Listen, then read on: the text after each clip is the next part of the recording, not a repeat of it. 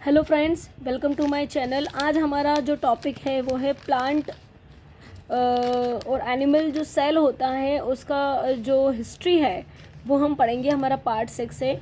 सबसे पहले हम आ जाते हैं एरिस्टोटल पे। एरिस्टोटल और पैरासेल्सस ने कंक्लूड किया है।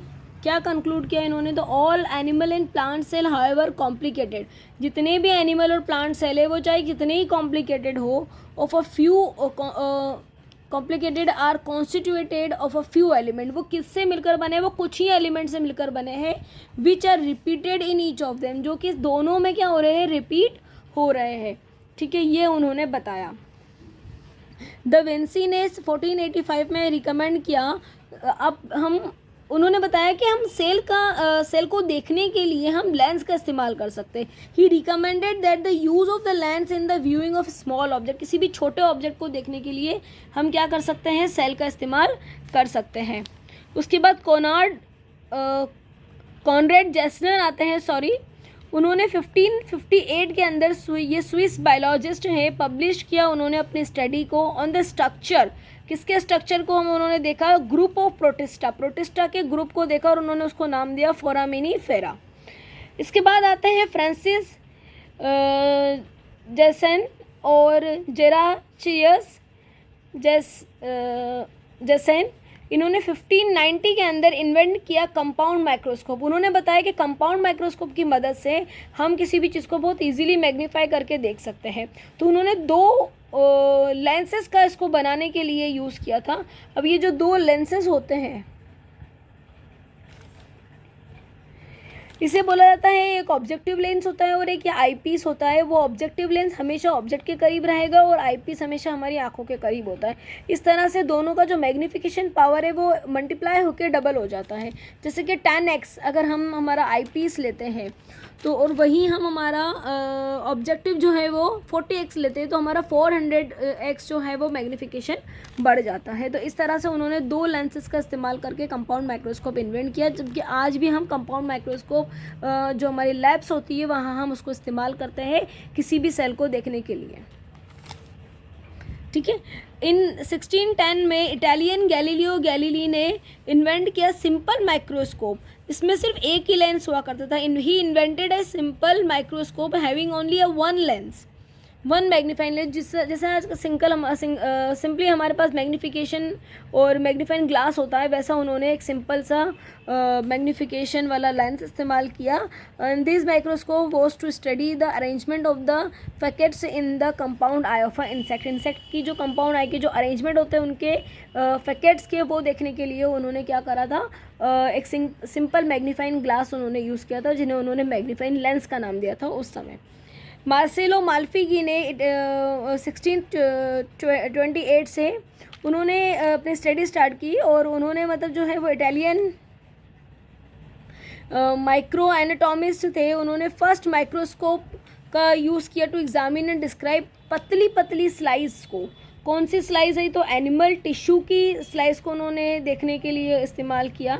इसके अलावा उन्होंने एनिमल टिश्यू में कुछ ऑर्गन्स उन्होंने देखे थे, जैसे ब्रेन है, लीवर है, किडनी है, स्प्लीन है, लंग्स है और इसके अलावा हमारी जो टंग है, ज़ुबान है, उसको भी उन्होंने इसमें स्टडी किया था।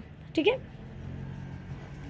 ही ऑल्सो स्टडी प्लांट टिश्यू। उन्होंने प्लांट टिश्यू को भी स्टडी किया और सजेस्ट किया they were compose of the structural unit. उन्होंने कहा कि जो ये प्लांट टिश्यू भी है ये भी किससे बने हुए हैं? कुछ स्ट्रक्चरल यूनिट से बने। तो उन्होंने अल्टीमेटली ये कंक्लूजन दिया कि जो भी चीज़ों से बने हुए हैं उन्होंने उनको एक नाम दिया कि जो वो रिपीटेड यूनिट है वो बार बार रिपीट होती है, उन्होंने नाम दिया यूट्रिकल्स। फिर इसके बाद आते हैं रॉबर्ट हुक। रॉबर्ट हुक बेटा बहुत इंपॉर्टेंट नेम है, ये सवाल पूछा जाता है। ठीक है। तो रॉबर्ट हुक ने एक इंग्लिश माइक्रोबायोलॉजिस्ट है, उन्होंने कॉइंड किया था द टर्म सेल इन 1665 में।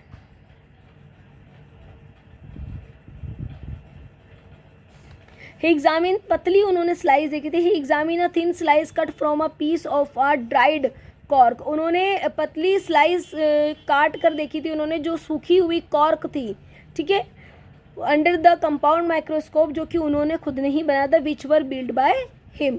1665 में उन्होंने अपना जो स्टडी है, जो कलेक्शन है, वो पब्लिश्ड किया उन्होंने असे अंडर द टाइटल माइक्रोग्राफिया। एक उनकी बुक है, उनका एक पब्लिकेशन है जिसमें उन्होंने अपनी स्टडी जो है वो पब्लिश्ड की। असे describe cork as a honey comb of chamber और सेल।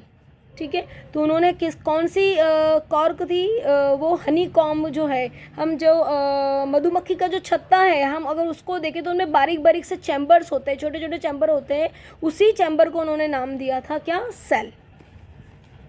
डच माइक्रोस्कोपिस्ट है Anton van Leeuwenhoek, it is another important name. इनका बहुत बड़ा योगदान है और इन्हें कंक्लूड किया जाता है, इवन इन्हें फादर ऑफ माइक्रोबायोलॉजिस्ट भी कहा जाता है। क्लियर। तो इन्होंने सबसे पहले he had succeeded in the great improving that art of polishing lens. ये लेंस को पॉलिश करते थे ऑफ शॉर्ट फोकल लेंथ, छोटी जिनकी फोकल लेंथ हो जाए, और उन मैग्नीफिकेशन इनका जो माइक्रोस्कोप इन्होंने बनाया, उनका मैग्नीफिकेशन जो था, पावर जो था, वो 300x तक वो लेकर गए।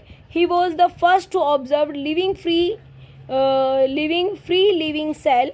उन्होंने देखा और उन्होंने लिविंग सेल देखा सबसे पहले। अब ये क्वेश्चन आता है कि सबसे पहले वो कौन से साइंटिस्ट है जिन्होंने सबसे पहले लिविंग सेल को देखा, तो वो एनिमल क्लूज नाम देने वाले वो साइंटिस्ट एंटोनी वॉन ल्यूवेनहोक, जिन्होंने लाइव सेल को देखा था, चलते हुए जिंदा सेलों को उन्होंने देखा था। इसके पीछे भी एक बहुत बड़ी स्टोरी है, वो भी हम हमारे पार्ट में आगे कभी डिस्कस करेंगे।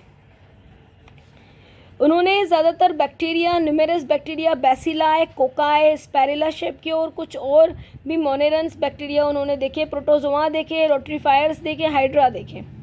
इसके बाद अगर हम देखें तो he observed and described the sperm cell of human and animal. उन्होंने एनिमल और ह्यूमन के स्पर्म सेल देखे, इवन उनका मूवमेंट भी देखा और उन्होंने उसे ऑब्जर्व करा। Also observe the striated muscles. Antoni van Leeuwenhoek ने जितना भी कलेक्शन किया, जितनी भी स्टडी की, उन्हें रॉयल सोसाइटी ऑफ लंदन में उन्होंने क्या करा था, पब्लिश्ड भी किया, ताकि वो अच्छी रिपोर्ट दे सके कि हमने इतनी चीज़ें देखी हैं। इसके बाद आते हैं नेहेमिया ग्रीव। उन्होंने हम इन्हें प्लांट माइक्रो एनाटोमिस्ट बोल सकते हैं। ये प्लांट की एनाटॉमी स्टडी करते हैं, किया है इन्होंने, और माइक्रो स्कोपिक एग्जामिनेशन किया इन्होंने। Section through the flower, root, stem of plant की रूट, स्टेम और फ्लावर्स को उन्होंने अलग अलग तरीके से अलग अलग प्लांट्स के देखे। He recognise the cellular nature of the plant tissue. उन्होंने जो सेलुलर नेचर है प्लांट टिश्यू का, किस तरीके से उसमें सेल्स होते हैं छोटे छोटे से, उन्होंने वो टिश्यू में देखा। ठीक है, इसके बाद आते हैं मिर्बल 1807 में। उन्होंने all plant tissue were composed of cell. उन्होंने ये स्टेटमेंट उस वक्त दे दिया, he stated that all plant tissue जो है, जितने भी प्लांट टिश्यू है, वो सेल से ही बने हुए हैं। फ्रेंच बायोलॉजिस्ट है de Rene Dutrochet. He concluded that all animal and plant tissue were aggregated of the globular protein or a cell. उन्होंने कहा कि ग्लोबुलर सेल से बना हुआ है all animal and plant tissue जो है, वो किसके एग्रीगेट है, ग्लोबुलर सेल के। तो आज हम ग्लोबुलर के बारे में ये जानते हैं कि ग्लोबुलर मतलब कोई प्रोटीन से मिलकर कोई चीज़ बनी हुई है। इसके बाद आते हैं रॉबर्ट ब्राउन, जो कि बहुत इम्पॉर्टेंट इनका योगदान है, कंट्रीब्यूशन है। Robert Brown discovered and named the nucleus. उन्होंने न्यूक्लियस का नाम जो है बताया था, कॉइंड किया था, in the cell, epidermis, stigma and pollen grain of the Tradescantia plant में। ठीक है, he is also establish the nucleus was the fundamental and constant component of the cell. उन्होंने उस वक्त कहा कि न्यूक्लियस जो एक फंडामेंटल और एक कांस्टेंट कंपोनेंट है सेल का, क्योंकि आज हम इस बात को प्रूव मानते हैं कि न्यूक्लियस जो है वो जेनेटिक मटेरियल को स्टोर करता है एनिमल और प्लांट सेल के अंदर, और वही जो है वो क्या है, मेन पावर हाउस है, मेन सेंट्रल सेल है, मेन कंट्रोल करता है। वैसे माइटोकॉन्ड्रिया को हम पावर हाउस कहते हैं, मगर क्योंकि न्यूक्लियस जो है वो सारी चीज़ों को कंट्रोल करता है, क्योंकि न्यूक्लियस से ही रेप्लिकेशन होता है, वहीं पे ट्रांसक्रिप्शन होता है, फिर बाद में ट्रांसलेशन जो है वो साइटोप्लाज्म में होता है। तो वहाँ पर न्यूक्लियस जो है वो सॉरी सभी सेल में बहुत इंपॉर्टेंट रोल प्ले करता है। होप आपको ये समझ में आया होगा। Hope you study well in this lecture. If you study well in this lecture and you understand well in this lecture, please like and subscribe my channel. Thank you.